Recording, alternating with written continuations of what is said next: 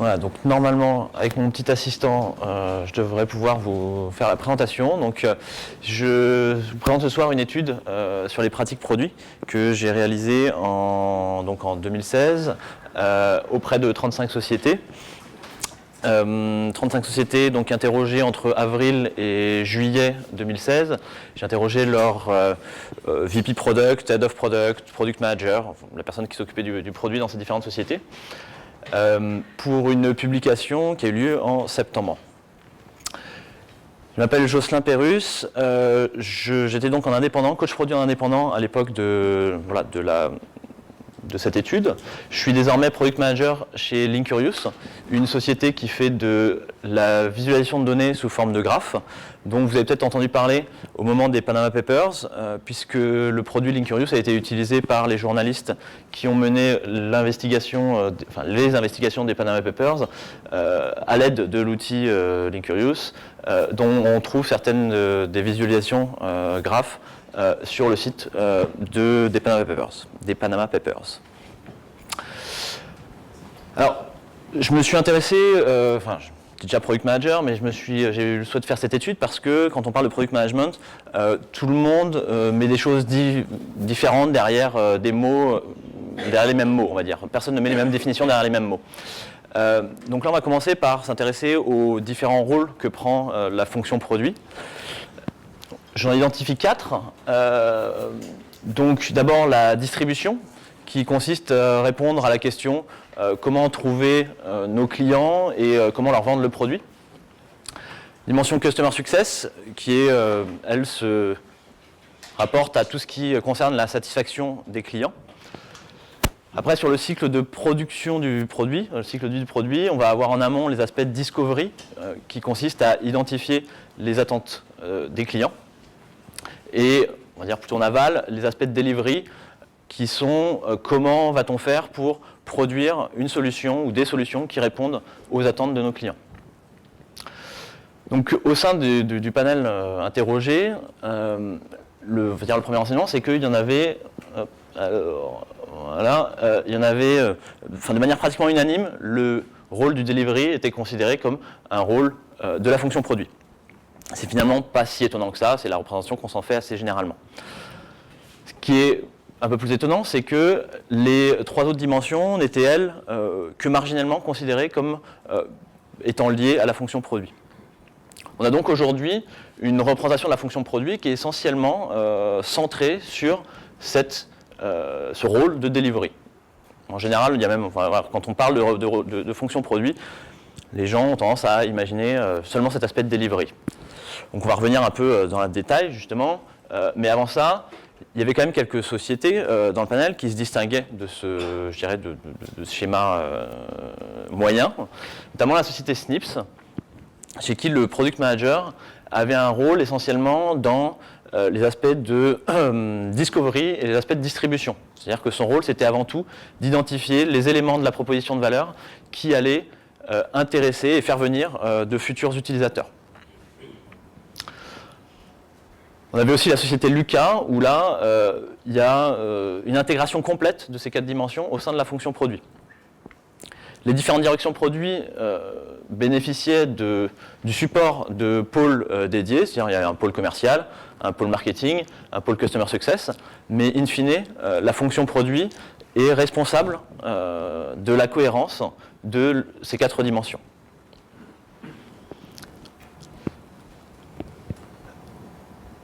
Alors, voilà. On a donc là abordé un peu les rôles de la fonction produit et on va rentrer un peu plus dans le détail des différentes pratiques qui ont pu être constatées au sein du panel. Je vais aborder la question les pratiques de pilotage produit, les pratiques de discovery et les pratiques qui ont trait à l'utilisation des données dans le cadre du product management. Il y a 2 autres aspects que j'ai développés dans l'étude, mais dont je ne parlerai pas ce soir, qui sont les aspects d'organisation de la fonction produit et les aspects d'alignement au sein de la fonction produit. Donc si on commence par les pratiques de pilotage produit, je ne sais pas qui parmi vous a déjà eu l'occasion d'assister à une session d'arbitrage d'arbitrage de roadmap, d'arbitrage de backlog, enfin peu importe comment on l'appelle, mais en gros de définir les priorités et qu'est-ce qu'on va faire. C'est souvent délicat et c'est même parfois douloureux. Donc au sein du panel, j'ai identifié trois manières trois modalités, on va dire, d'effectuer ce pilotage. La première modalité, que j'ai appelée feature-centric, elle consiste premièrement à récolter les requêtes clients, les feature requests, on peut l'appeler de différentes manières. Deuxième étape, à faire la liste donc, de ces fonctionnalités qui ont été demandées, d'arbitrer quelles sont celles qu'on va mettre en œuvre. Et troisième étape, de verser ces fonctionnalités dans le backlog pour pouvoir effectuer le suivi des développements avec les développeurs. Il y avait 10 sociétés qui, dans le panel, étaient organisées de cette manière-là. Deuxième modèle, que j'ai appelé Opportunity Centric, est assez similaire au modèle Feature Centric, sauf qu'on va travailler sur des items d'un peu plus haut niveau. Donc la première étape, c'est on récolte les feedbacks. Donc là aussi, feature request, mais pas seulement. On va aller prendre son feedback auprès du support, auprès des commerciaux, du customer success, mais aussi sur le marché, on va dire, auprès de la concurrence. Et on va faire la synthèse de l'ensemble de ces feedbacks pour en extraire des opportunités. Alors là où sur de la fonctionnalité, on allait être sur des choses d'une granularité assez fine, sur des opportunités, on va être sur des chantiers un peu plus, de taille un peu plus conséquente. Ça va être par exemple refaire l'interface, reconstruire l'expérience utilisateur du module de réservation. Ça peut être automatiser le traitement des commandes en back-office. Voilà, donc des chantiers quand même un peu plus gros que de la simple feature. La troisième étape, c'est d'arbitrer parmi ces opportunités, de les planifier et donc, in fine, d'obtenir une roadmap qui permet d'établir les grands chantiers à venir pour les 3, 6 ou 9 prochains mois. On avait 15 sociétés dans le panel qui fonctionnaient de cette manière-là.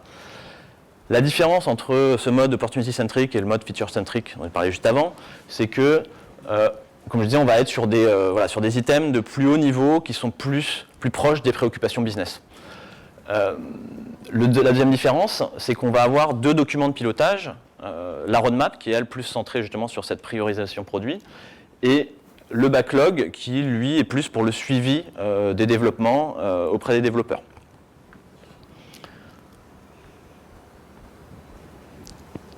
La troisième modalité de pilotage, donc objectif centrique, je vais commencer par illustrer avec l'exemple de la société Meilleurs Agents.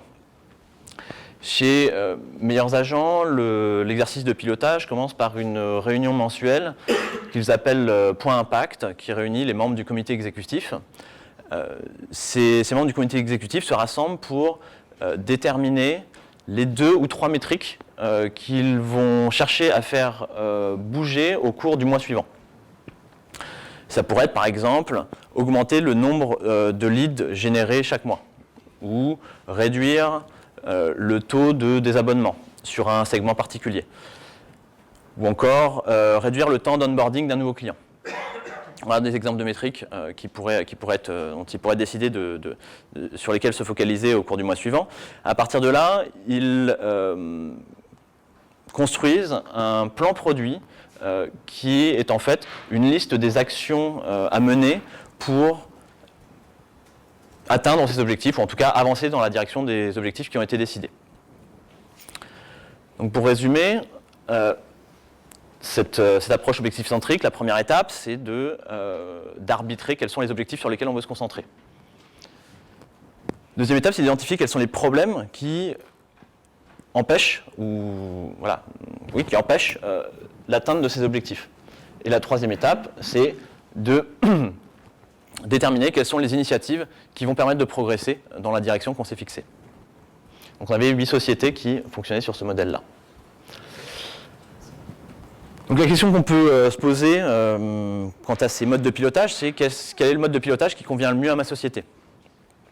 Ce qu'on peut dire, c'est que déjà le le premier modèle qu'on a vu, le modèle feature-centric, on va plutôt le retrouver chez des sociétés, dans des sociétés où la fonction produit est relativement jeune ou peu développée. Après, entre le mode opportunity et le modèle objective-centric, ils vont chacun avoir leurs avantages. Par exemple, le modèle opportunity-centric permet d'avoir de la visibilité, de donner de la visibilité à la fois en interne et en externe sur la roadmap pour les 3, 6, 9 prochains mois. Et c'est quelque chose qui peut être utile, voire nécessaire, en particulier dans le domaine du B2B, où on va contractuellement avoir certains clients qui demandent à savoir ce qui va être fait au cours des 6 prochains mois. Quel cas, voilà, il faut bien pouvoir le dire. Le modèle objective-centric, lui, a l'intérêt que toutes les actions qui sont menées sont nécessairement alignées sur les objectifs de la société, puisque, voilà, par définition, ils en découlent. Donc, on a vraiment un alignement très fort sur les objectifs de la société.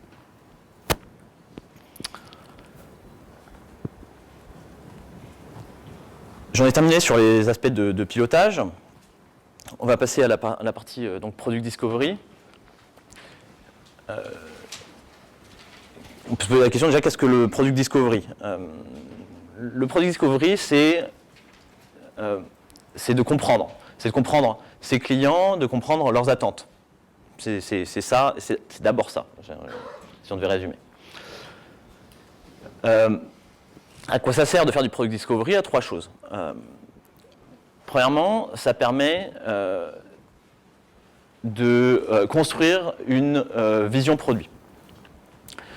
Deuxièmement, ça va permettre d'éclairer les arbitrages, dont on a parlé juste avant, donc le pilotage, d'éclairer les arbitrages qui vont être fondés sur de véritables observations plutôt que sur des intuitions.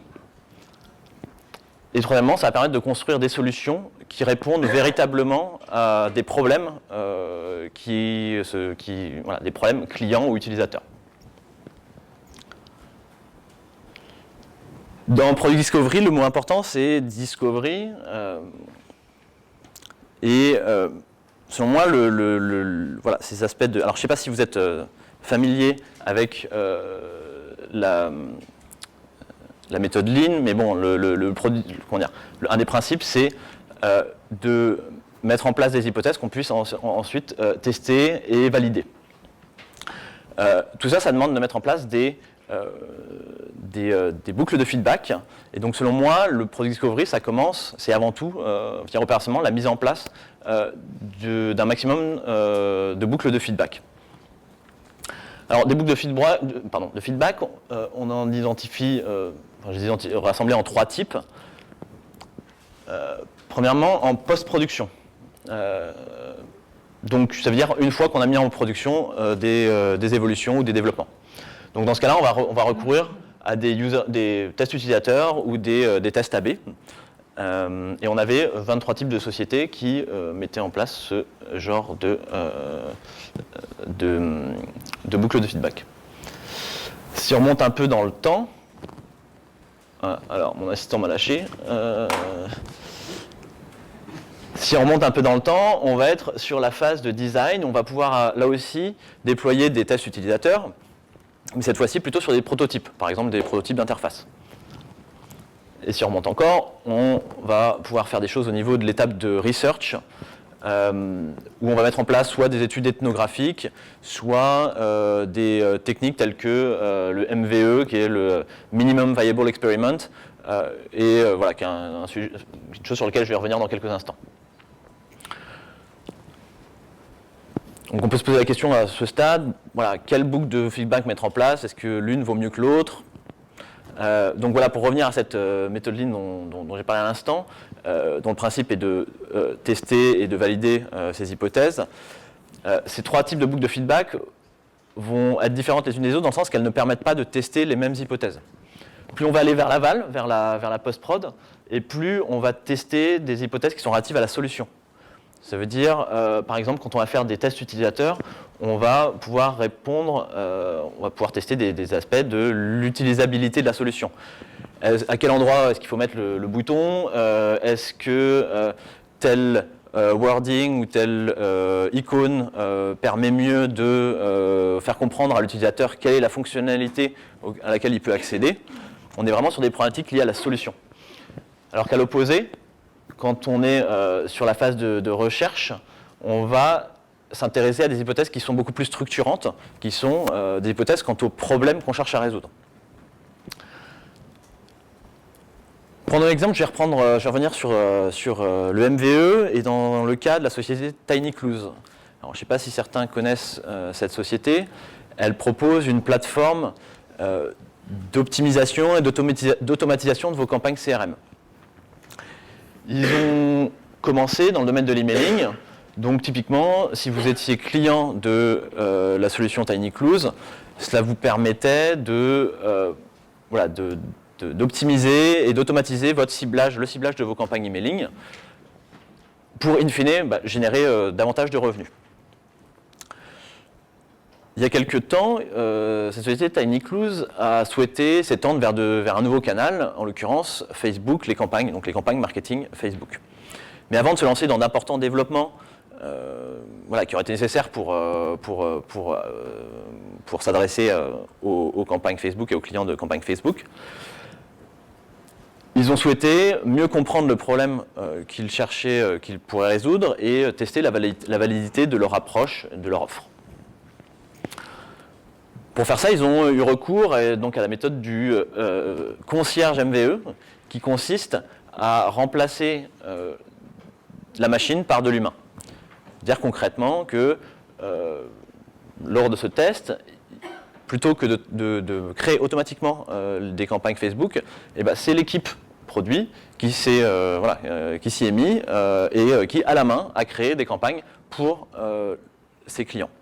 Donc forcément, on comprend bien tout de suite que la taille de l'équipe produit est limitée et que ça impose des contraintes et que donc le périmètre de ce type d'expérience est nécessairement limité. C'est ce qu'a fait TinyClues. Ils se sont concentrés d'abord sur un client, puis sur 2 clients. C'est tout. Ils ont testé la chose avec 2 clients pendant cette phase. Après, ça présente 2 avantages. Le premier, c'est que mettre en place un processus humain, c'est beaucoup plus rapide que de développer la feature correspondante. Le deuxième avantage, et qui est plus important encore, c'est qu'un processus humain est beaucoup plus facilement reconfigurable qu'un processus automatisé. Ça veut dire qu'ils ont pu non seulement valider ou tester leurs hypothèses initiales rapidement, mais ils ont aussi pu prendre les retours clients au fur et à mesure, les intégrer dans la solution et donc tester rapidement de nouvelles hypothèses. Ce qui fait que, au terme de cette étape de concierge MVE, TinyClues avait à la fois validé son offre et convergé vers une solution qui permette véritablement de résoudre le problème qui s'était donné de résoudre. Et donc, au terme de cette étape, TinyClues a pu industrialiser la solution en toute confiance.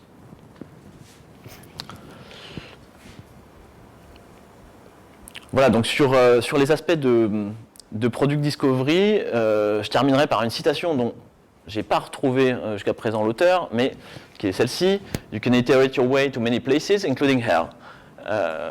Concrètement, ça veut dire que vous pouvez avoir des équipes de développement qui sont au top, qui sont capables de livrer de la feature de manière extrêmement rapide, extrêmement efficace, peut-être sans bug, parfait. Mais à la fin, si vous ne savez pas où vous allez, vous n'allez nulle part. C'est l'image éventuellement qui peut parler, c'est celle d'un canard sans tête qui court dans tous les sens. Voilà, je sais pas si ça vous dit quelque chose, mais on voit bien que ça ne mène nulle part. Voilà, donc moi après c'est un peu mon dada les aspects de discovery, mais j'en ai terminé sur cet aspect-là pour l'instant. Et je vais passer aux aspects d'utilisation des données, des métriques dans le cadre du product management. Donc, au niveau de l'utilisation des données, identifier 4 types de pratiques en œuvre au sein des sociétés du panel. Les premières concernent l'évaluation. Donc là, typiquement, si on va se donner des analytics, mais en fait, on va les consulter après la mise en production. Je fais une mise en production de ma feature, et puis après, je vais regarder sur mon tableau de bord, quelles que soient les métriques que j'ai en place, si ça a fait bouger quelque chose. Si on prolonge un petit peu le raisonnement, là on était plutôt sur un... On va regarder les choses de manière a posteriori, mais on peut aussi chercher à évaluer l'impact d'un développement a priori. Et se dire, bon voilà, on va développer on va mettre en place telle évolution, c'est censé impacter telle métrique. Et après, derrière, on va pouvoir regarder, est-ce que, voilà, entre ce qu'on constate et les estimations a priori, est-ce qu'on est raccord? Si on ne l'est pas, pourquoi? Et, voilà, et mettre en place là aussi une boucle de feedback sur ce genre de choses. On peut pousser encore plus loin en cherchant à piloter les priorités au travers de métriques. C'est ce que fait notamment à nouveau TinyClues. Bon, je l'ai dit tout à l'heure, TinyClues, son rôle c'est de permettre à ses clients de générer davantage de revenus. Et donc ce revenu additionnel est devenu je dirais, ce que certains appellent leur North Star métrique, ou leur, enfin, voilà, là, un peu leur comment on dit, leur pierre philosophale. Et donc, en fait, toutes leurs décisions sont basées sur cette métrique de revenus additionnels générés pour le client. Le dernier usage de données qu'on peut faire, c'est pour la génération d'insights. Et donc, derrière une génération en fait, d'hypothèses qu'on va pouvoir aller tester avec des méthodes peut-être plus qualitatives justement auprès des utilisateurs dans une phase de research. Ça va se passer, par exemple, en observant l'évolution d'une métrique dans le temps, ou en observant peut-être une corrélation entre, ou en tout cas, oui, une corrélation, à défaut d'une causalité, mais en tout cas une corrélation entre deux métriques, ou une corrélation entre certaines métriques et certains comportements. Et derrière, ça va nous donner des idées sur voilà, des choses dont on n'avait pas forcément, qu'on n'avait pas forcément en perspective à l'origine. Ce qu'on peut remarquer, c'est que on a un certain nombre de sociétés qui utilisent les métriques, c'est-à-dire ex post, pour voilà, regarder qu'est-ce qui se passe après la mise en place des évolutions. Et plus on remonte dans le temps, je dirais dans le cycle de vie produit, et voilà, bon, il y en a qui les utilisent. Alors c'est pas forcément évident, voilà, c'est pas forcément quelque chose qui se met en place du jour au lendemain, mais c'est ce qu'on constate. Voilà, donc j'arrive pas loin du terme de la présentation.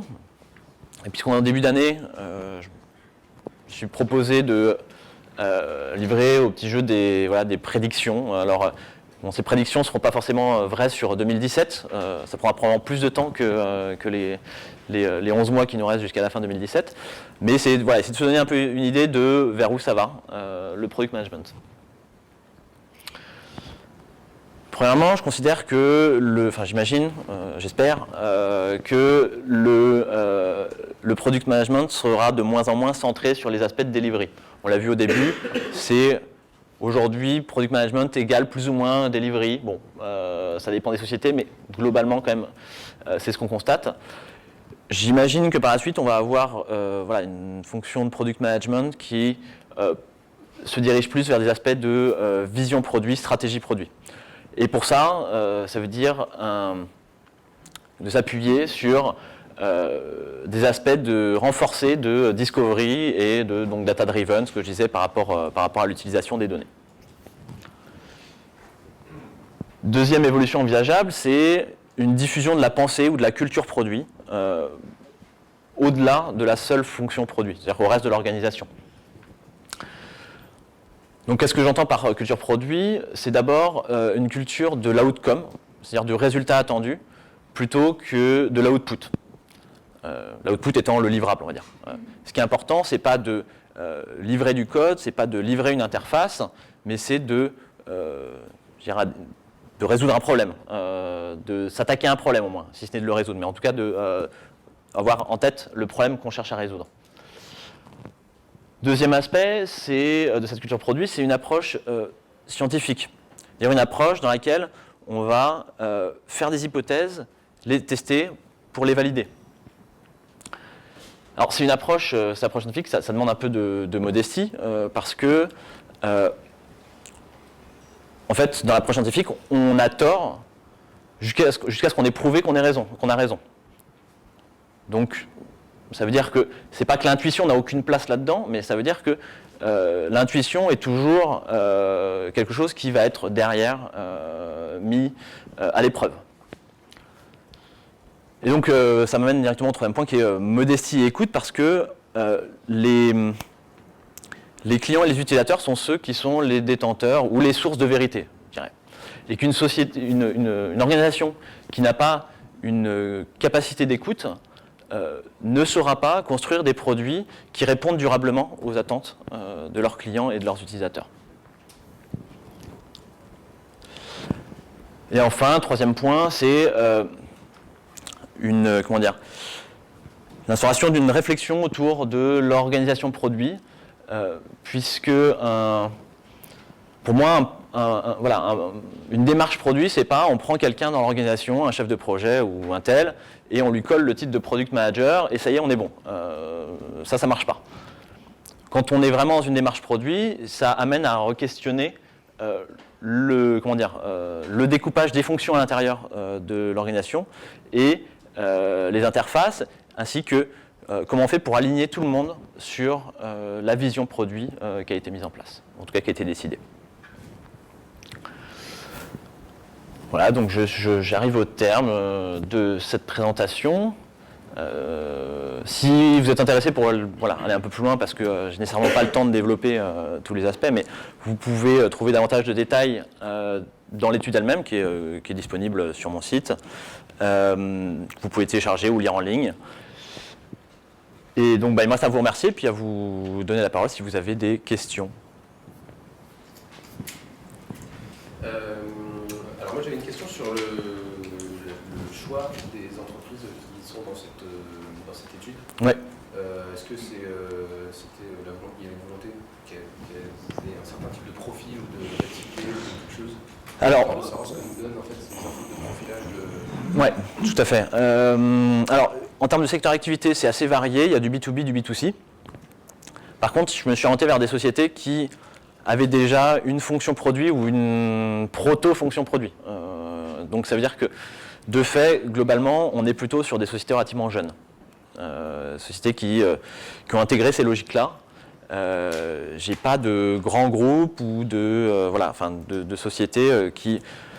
Parce que on va dire la grande majorité des sociétés fonctionnent encore sur des modèles projets ou des modèles en silo, fonction par fonction, et la notion de produit, peut-être dans le domaine industriel, existe déjà, et elle existait depuis longtemps, mais ne recouvre pas forcément les mêmes aspects que... en général, c'est plutôt des aspects de product marketing. Donc si on reprend les 4 dimensions que j'avais identifiées tout à l'heure, la dimension produit dans le monde industriel, on va dire qu'elle penche assez fort du côté de la distribution. C'est-à-dire les aspects, comment on va formuler la proposition de valeur, comment on va l'amener auprès du consommateur, les plans médias, les choses comme ça. Je parle sans forcément connaître très bien parce que j'ai jamais travaillé dans ce domaine, dans ces entreprises industrielles, mais en tout cas c'est ma compréhension que on n'est pas sur les mêmes périmètres en tout cas. C'est peut-être une question bête, mais c'était que des entreprises IT. Oui, mais plus ou moins, j'allais dire, en ce sens, par exemple, il y a La Ruche qui dit oui, où il y a quand même, et de manière assez volontaire, le propos n'est pas centré IT. C'est-à-dire que quand on parle de problème et de proposition de valeur pour un client, l'aspect techno, ça fait partie de la solution. Et donc, en fait, derrière qu'on utilise du Excel ou du machine learning, c'est une contingence presque, on va dire, mais c'est pas vraiment le problème. À la base, on va traiter des problèmes, et puis certains vont être avoir des composantes plus online que d'autres, mais par exemple, La Ruche qui dit oui, ils sont essentiellement offline. Enfin, là, 80% des problèmes qu'ils rencontrent, c'est offline, quoi. Ouais. Je pense qu'on est quand même pas mal conscient qu'il y a plein d'intérêts dans les 4 aspects dont vous avez parlé. Où est-ce que vous placez la nuance structurelle? En termes de maturité d'entreprise, on peut se dire une entreprise très jeune, les fondateurs ils ont une vision précise, plus ou moins précise de où ils veulent aller, donc ils vont être très dans la délivrabilité comme vous avez dit, et plus on va mûrir son produit, avancer dans le projet, plus on va être capable structurellement d'appréhender toutes les autres approches. Donc je pense que même si on est au tout départ de la fonction produit dans une entreprise, on va être conscient qu'il y a va falloir analyser les métriques, etc. a posteriori. A priori, on serait ravi de faire du user test, mais on n'a pas forcément les moyens. Donc, voilà, à quel point est-ce que c'est structurel? Alors, je pense qu'il y a plusieurs questions. Et c'est pour ça que j'ai utilisé le terme de fonction produit plutôt que de département produit. C'est-à-dire qu'une fonction produit, des fois, il n'y avait pas de département produit en tant que tel. Chez Open Classroom, par exemple, ils ont un CTO qui est aussi on va dire le Head of Product en même temps. Donc c'est pas forcément lié à l'existence d'un product manager ou d'une personne qui est en charge nommément du produit. Ça peut être un fondateur, effectivement, quand on est sur des sociétés très jeunes, c'est effectivement en général un des fondateurs qui va assumer ce rôle-là. Après, c'est pas parce que il n'y a pas de département produit que les méthodes produits ne s'appliquent pas. Mais effectivement, voilà, comme vous le disiez, il y a un problème de bande passante, on va dire. Quand il y a une personne qui s'occupe de ça, mettre en place des user tests, des A/B tests, rencontrer les clients, enfin, bon, c'est pas possible, on ne peut pas tout faire. Donc, comment dire, c'est clair qu'il va y avoir un ordre, une chronologie dans la mise en place de ces méthodologies. Et la première, pour moi, par contre, une qui doit intervenir dès le début, là, je vais dire, j'invente rien, mais j'en ai vraiment la conviction, c'est les aspects de discovery. Et ça passe avant même on peut avoir des intuitions, mais ça passe avant même de se lancer dans le développement. On le voit par exemple sur TinyClues, mais enfin, il y aurait d'autres exemples. C'est que une fois qu'on a validé le besoin client, qu'on sait que son marché existe, qu'on sait qu'on a une proposition de valeur qui intéresse du monde, et que finalement il ne reste juste à le mettre sur le marché pour que les gens achètent, je veux dire, on a réduit son risque de manière drastique. Se lancer sur une intuition à développer, c'est ce que font beaucoup de fondateurs. Enfin voilà, j'en ai croisé même des sociétés qui sont déjà à quelques personnes, c'est-à-dire qu'elles ont déjà quand même réussi à engranger des marchés, mais qui à la fin, j'ai pas forcément la science infuse à ce niveau-là, mais en tout cas, je peux avoir le sentiment qu'elles vont droit dans le mur parce que elles accumulent des features. Ok, pour l'instant ça marche, ça va, il y a des clients, ça suit. Mais dans 1 an, dans 2 ans, est-ce que leur proposition de valeur, elle existe encore, enfin, est-ce qu'elle est encore discernable, ou est-ce que c'est juste un amas de features qui ont été faits au gré des demandes, sans véritable cohérence, sans véritable vision.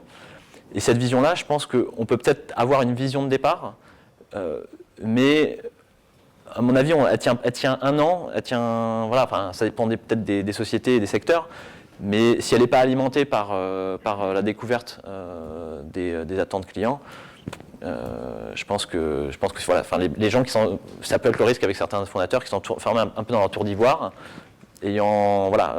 considérant avoir la science, enfin en tout cas la science infuse, en tout cas avoir une connaissance innée des besoins et des attentes de leurs clients.